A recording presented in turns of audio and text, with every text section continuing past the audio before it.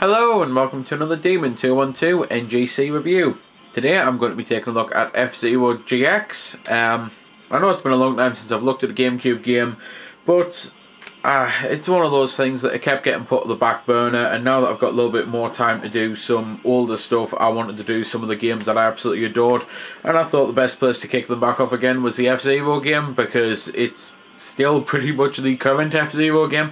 As there wasn't one for the Wii, there's not been one for the NDS, there's probably not going to be one for the 3DS or the Wii U, from the way that people are talking and saying that they want to wow people with the next F-Zero, and they don't see that possible on current hardware and the very soon hardware in the Wii U's case. So this may very well be the last console F-Zero ever. It would be a great shame, because I love the F-Zero games. They're pretty much everything that made Nintendo great. Rock hard gameplay, a hell of a lot to do. It's a huge million miles away, quite frankly, from the stuff that you get today. Short, easy, repetitive, boring in places. It's just by boring I'll probably get wrong, but basically what I mean is the whole idea of the new Super Mario Bros. Game, where all you have to do is go around collecting coins. That's not Mario, and the whole idea is boring as hell to me. Anyway, I've waffled on a long time now, so let's get into actually, well, starting with the game. You've got Grand Prix versus Time Attack, they're pretty much your usual. You've got practice modes and the usual. Story is something that I don't really like on this. I was never able to really get into it and enjoy it. It's one of them that I had to play it in order to unlock parts, and that was about it. Replays are where you go and save your replays. Pilot profiles, you can view any one of the 41 pilot profiles on their machines. Options, you can view and customize your controls, and you can even change like the dead zone on the analog for turning, which is cool. Customization is huge on the game, because you can fully create your own craft. You just can't create your own pilot, but it doesn't matter. You just choose one of the 41 pilots for your craft. You can buy parts in the shop that you unlock. You can go into the emblem editor and create a new emblem, and you can obviously create a machine with the parts that you've bought.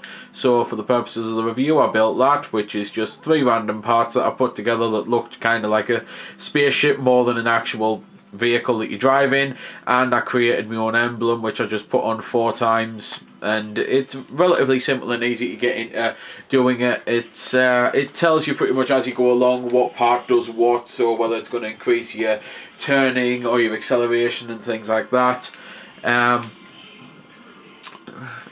That's pretty much it then, though, to be fair. Right then, when you go into your crafts, as you can see, there's a hell of a lot of crafts here that you can unlock, and you can also obviously play the other ones as well that I've already said for loading the garage, which I believe you can load from both memory cards at the same time, so you can have an extra column on the left or an extra column on the right, or both, which is rather cool, because it means that, you know, if you've got 8 friends who play the game, even though only 4 you can play at the same time, you can all have your own craft. Crafts come in a whole different variety of shapes, sizes, colours, body strength, boost ability, grip ability, weight. It's just basically one of those that you'll have to mess around and find which one you think plays best for your personal playstyle, really. And then you go into the cups, of which there are 5 cups overall, and you get 5 tracks on each cup except the EX cup, which, to very quickly explain EX, if you're watching this vid for the first time, quite frankly, maybe you're of the new generation and you never got to play F-Zero, and you're sick of hearing people say how great F-Zero is, and because there's not been a new one, you've not been able to try it, so you're looking backwards. EX was an experiment that they kind of did, where you could play the game in the arcades with 6 tracks, and you could plug your memory card in and unlock stuff for both versions of the game. And I'll be honest, I've never seen an EX machine in my life. I don't actually know anyone in person who's ever seen one, and I've barely spoke to anyone online who ever got to see one too. So that's kind of how damned rare they were. Which is why it's a good thing you can at least unlock all of the EX stuff in the game without it. One of the best ways to do it is actually using the action replay device, the cheat device. And basically, you get 6 tracks on that, as I've already mentioned, so there's 26 tracks in the game in total. alongside the 41 pilot and craft and that, and the ability to create your own craft. Gameplay, this is absolutely fantastic. It's super fast. They added in these little attack type things, and this is why I'm going to get mauled by a lot of fanboys. I think they added the attacks in to kind of make it more like Wipeout, which is a bit of a shame because Wipeout is Wipeout and F-Zero is F-Zero. I'm not really keen on strengthening the attack system. I believe they were in the N64 one, to be fair. At least one of them was, possibly the spin or the shunt. Either way, I wasn't too keen on them being introduced in F-Zero, because F-Zero to me is just a racing game. I don't want weapons, I don't want attacking, I just quite simply want the ability to race at super high speeds on amazing track designs with really jaw-dropping graphics, because this is the only types of games really where you want jaw-dropping graphics, for the fact that, you know, futuristic look and all that. It's supposed to look fantastic. It's a shame really that this did used to look fantastic and now it looks like crap because it's aged. It is pretty much the usual what happens with a load of gaming. And I wanted, just as I say, excellent track design, excellent craft design, and excellent gameplay overall. With this, with F-Zero, it's all I've ever wanted. I've never wanted the ability to crash into my other rivals and attack them and try and ram them off the track. I play a Wipeout for racing and fighting. I play this for just straight out racing. I love both series, and I really wish people, quite frankly, would stop hating on Wipeout because they're an F-Zero fan, because really the games are nothing alike if you actually play them, other than the fact that they're both futuristic racing games. And quite frankly, if you're going to start, well, saying that Wipeout's a rip-off of F-Zero, I'm pretty sure Mario's a rip-off of every single Italian plumber who has a mustache, who used to work with pipes and maybe ate mushrooms or something, you know.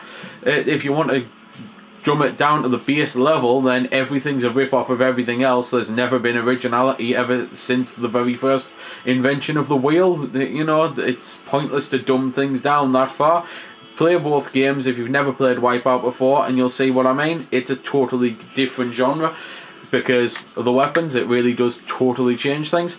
Either way, I can't really think of anything else left to actually say about this that I haven't already said, other than to reiterate that it's an absolutely amazing game. If you've never played it before, you owe yourself to go out and get it. It's not exactly rare. It's thankfully one of them that did sell in high volumes, so you can always pick it up on the likes of eBay and other sorts of second-hand shops, and usually for relatively cheap. Gameplay wise, it's probably my favourite F-Zero. Music wise, it's absolutely fantastic, so I'll end by letting you listen to a little bit of it.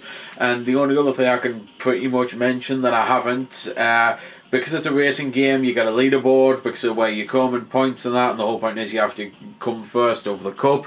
And as you might have noticed, every time I'm having to change things before the race starts, it's one of the cool things about F-Zero. You can balance your craft so you can go for a higher max speed or a better acceleration. So if you crash a lot, you're going to want better acceleration. If you're on a track with a load of turns, you're probably going to want better acceleration. If you're onto a straight, you're going to want better max speed.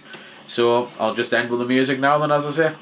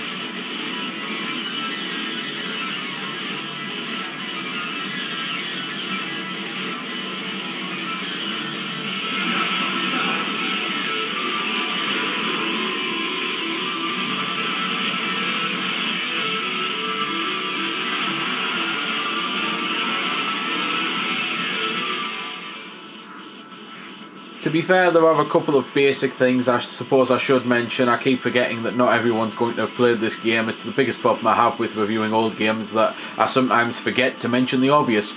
There's energy beers like this, like I'm driving through, because you do have an energy limit. The energy limit becomes a boost limit after you go past a lap, so you've technically got as much boost as you've got energy, and you lose energy by obviously crashing into things, so you can actually blow up and lose lives, and you don't get infinite tries at a track, which is again part of the difficulty, because every now and then there is a track where there's a huge jump, you'll not make it, you'll immediately die because you just fall off the track, and it might get you 3 or 4 times until all of a sudden you realise you've got 2 tracks left and no lives. So this is what I mean by the gameplay can be evil, and it's beautiful. It's what makes F-Zero F-Zero, really, the fact that it's absolutely rock hard. So I suppose that is it then of the basics, other than you've obviously got an accelerate, you've got an air brake, you've got a drift left or right button, and you've got those attacking things which I've already mentioned. So that really is everything. Just to reiterate, if you've never played it before, you really owe it yourself to check it out. It's a fantastic game. So there we go then. That's been the review. I hope you found it helpful. I don't score the games because that's based purely on opinion, so instead I'll leave you to make your own mind up. So thanks for watching, and if you've got any questions about the game that I didn't answer in the vid or that hasn't been answered in the comments, then feel free to ask and I'll help if I can. Also, if you did find it helpful, don't forget to check out my channel because there's plenty more like this up there, and don't forget to subscribe because there'll be plenty more to come as well. So until next time, this has been Demon212, signing off.